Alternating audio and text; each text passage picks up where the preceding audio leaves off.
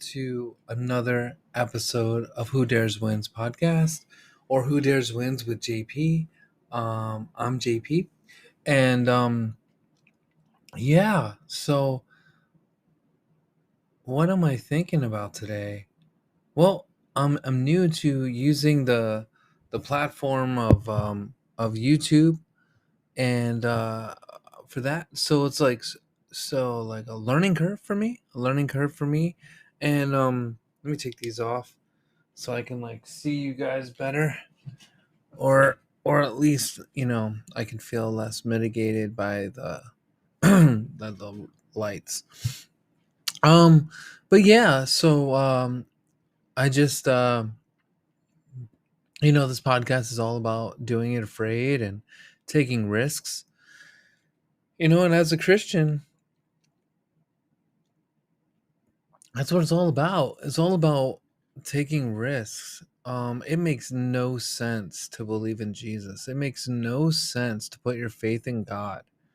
I think after you're a Christian for a while, it could be argued that it does make sense that God's love is so good and that He's so gracious and He's so amazing. He's been such an amazing person in my life, a God in my life. Um, Challenging me and teaching me and guiding me and shaping me and molding me, maturing me, giving me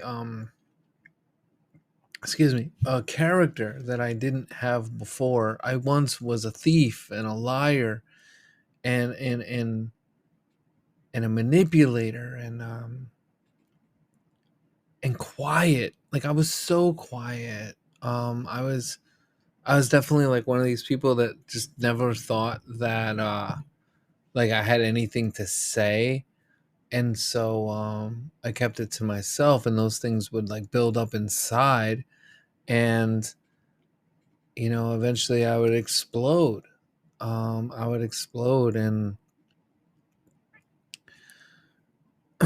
so yeah, so like I started this podcast to like share my heart, and yeah, and so like it's like I want to be more present and more available. I want to be more consistent. And I'm trying to figure that out. Like, what does that look like? And well, one thing, it looks like staying warm. I'm wearing a sweater. It's like 29 degrees outside. Feels like 21. Um, and like, thank God we have heater. I have a heater in my room, but like the yeah, like I don't know.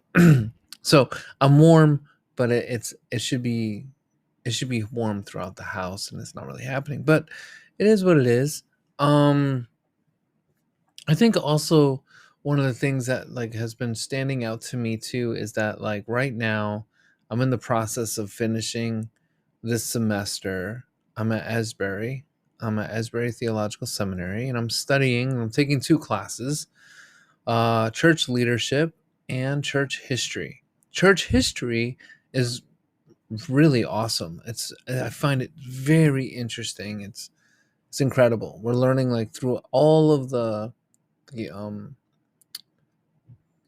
like through church history up till the present day. And my other class is church leadership, and that's a very interesting class as well. It's definitely more garnered toward how to run a nonprofit organization. And yeah, like it seems like it would be simple, but it's actually been really hard.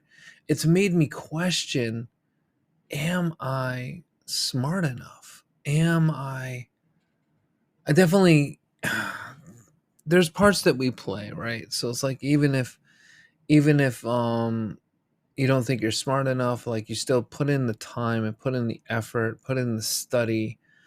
Um but I'm used to like reading and then writing about what I'm reading.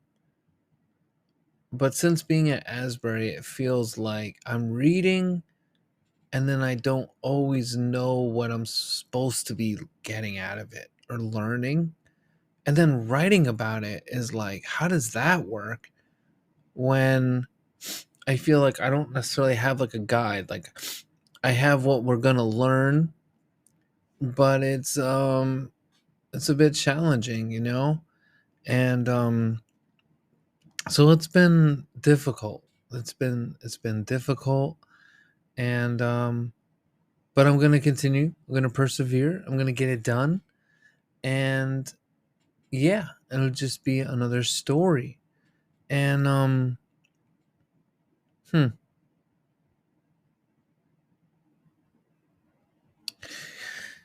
yeah, I think also too, like another thing that I've been thinking about is um this idea about making declarations or like speaking into things or having a conviction about things that are coming from this that are coming from an emotional place versus like a learned researched intellectual place.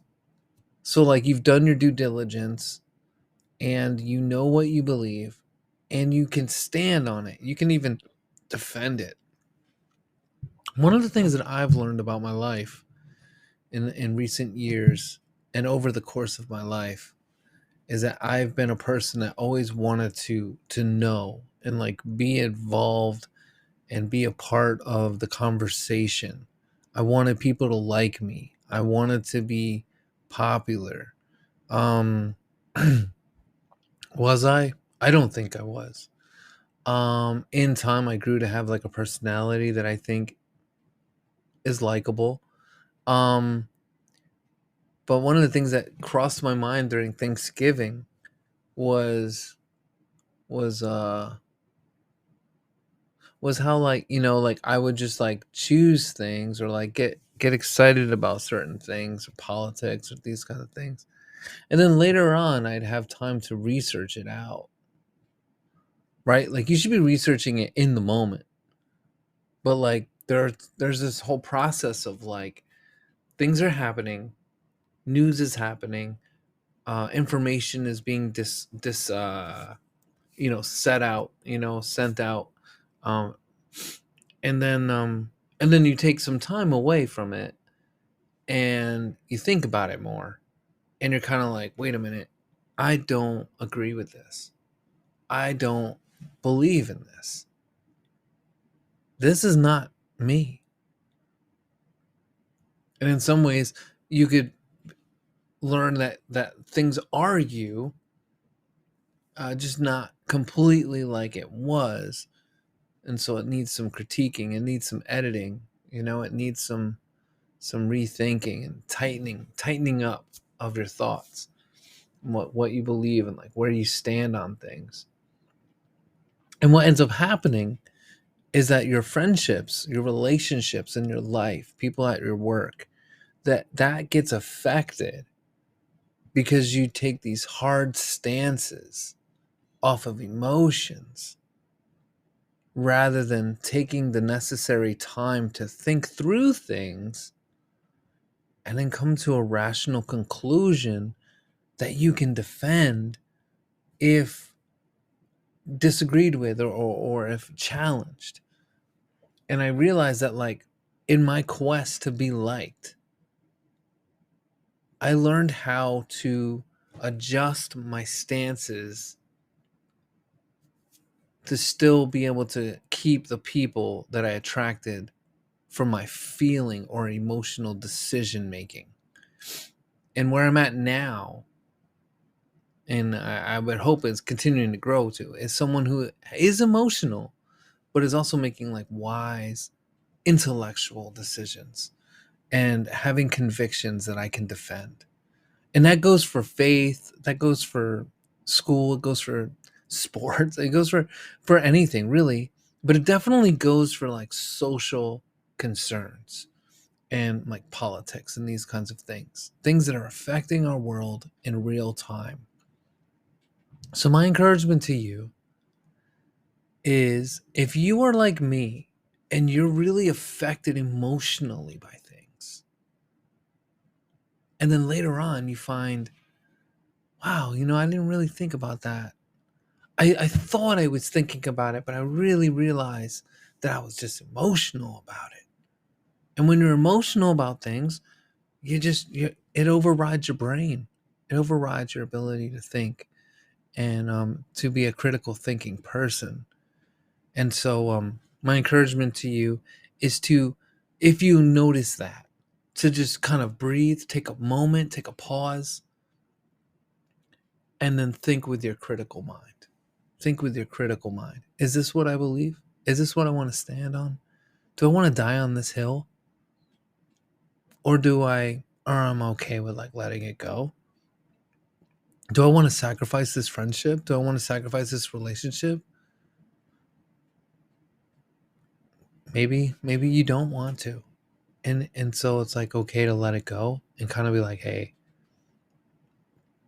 yeah, I'm gonna let this go and I won't argue about something else that I actually have invested interest in, research in, that's beyond my emotions, but it's something I can like really, really like come to with a clarity, with a singleness, a single mind, focused, not led by emotions. And by led by emotions, I mean like being led by the voices out here, you know, the voices out here, the voices on the phone, on the Instagrams, and on the TikTok and social medias and different places like that. Think for yourself. Think for yourself. That's my challenge to you. Think for yourself. Do you feel some way about something and you have a conviction about it and you can defend it? Then do that. Um, if you can't, then allow some time to go by and allow yourself to process those thoughts, to process those feelings. Yeah, because for me, I've realized that after I processed those feelings and those thoughts, they weren't exactly what I thought, what I believed. They're just a deep, deep feeling, and I wanted to do something with it. Like being broke, you know? Like being broke is a reality. It's like a feeling though. It's a moment. Like it's not an everyday thing. It's not like the set thing. You can change your circumstances. But if you're like sort of focused or stuck in that place, you're going to emotionally think that this is forever, and you're going to come up with ideas and beliefs and practices and everything that sort of support and reinforce the feeling you feel. And let me tell you that when I started to take those feelings and then see what I could do with them to change my situation, it changed everything. My ability to connect with people, to network with people, to get better jobs, to get better resources, better opportunities, all really started to evolve and grow because um, I did more than just feel. I did more than just think like, man, I'm so broke right now. I don't know what I'm gonna do. What am I gonna eat? What. And then I just sort of was like, okay, all right, I'm broke. This is what's going on. What can I do? And you just build up from that place. And you build up and you learn and you take advice and you take suggestions and you make changes. Cut out unhelpful spending habits. Don't buy everything. Like, you know what I mean? We're all different. You do what you're going to do. But that's what I've learned for myself. And it's like it took it from beyond emotion to doing something. And that was actually what one of the books I'm reading for classes about. It's called The Switch by Dan Heath, I think. And it talks about um, I'm in the third part now. It's called like Shaping the Path. But The first part was like the rider, and the second part was like the elephant. And so the writer is seemingly seems to me like it's the person who comes up with the idea, someone that gets the facts, does the research, and is sort of like, this is what we need to do, right? The elephant is like the people who are involved, who provide the feeling and the energy and the like, the engine behind taking the facts, taking the research from the writer and putting it into motion and turning it into a material reality, like a or like a real um, product of what the writer was thinking. And one of the things that Dan Heath talks about and the other writers in the book is that in order for this sort of transition to happen, there has to be a feeling component. You have to help the elephant or the people who are like the engine behind it materializing.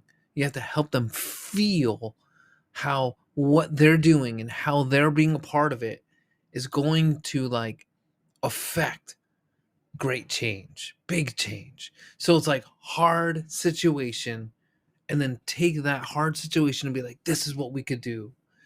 And it's like, get them all on board to go whole forward, to drive, to get the elephant moving, right? And so ultimately that's what I'm saying is that um you could have an emotional place in your head, or thought in your head, or reality, right? She uses one, or he uses one of the stories about um students that were struggling in school. And so the teacher or the superintendent that took over the school implemented like a new education process, a new scholastic model that was sort of like, didn't speak about failing, didn't speak about performance, but spoke about growth. And so that leads me to another thing, and that is like, you have two kind of ways of thinking, right? You have a sort of static mindset where it's like where you were born, what you've been doing, that is what is always going to be. You might change a little here, you might go down a little here, but it's kind of always going to be the same. But a growth mindset, and I believe that's a mindset that I have, and I used to have a static mindset, but a growth mindset is like, yeah, you look at effort, you look at um you know um this one teacher graded on like pass, yes, no, not yet, right? And so like if a student didn't get the questions right and stuff, they would say like no, and then the ultimate grade would be not yet, right? So not able to advance, but not putting into their mind a failure, putting into their mind like there's more room to grow. And so the students began to continually grow. And as they continued to grow, they began to have results that were far better than previous years of results. And so, anyway, that's what I wanted to share with you. I wanted to share with you about school, share about the struggles I'm having with school, share with you about the importance of changing the way you think and understanding that, like, because you feel a certain way about something, you feel passionate about it, you might not have done the necessary research. You might have not done the necessary reflection. And the way that reflection happens in order to come to a sound conclusion of a matter is to step away and allow time to take its place, continue to still think about it, do your research, and come back. And then, see if you still feel the same or think the same or want to do the same. And then I follow that up with understanding the difference between a rider and an elephant. And so it's like, if you want to make necessary changes in your life, you need to take the information, add emotion to it, and that transitions like information to emotion to transition in your life. So thank you so much for watching. Thank you so much for listening to Who Dares Wins. and I'll see you next time. Take care.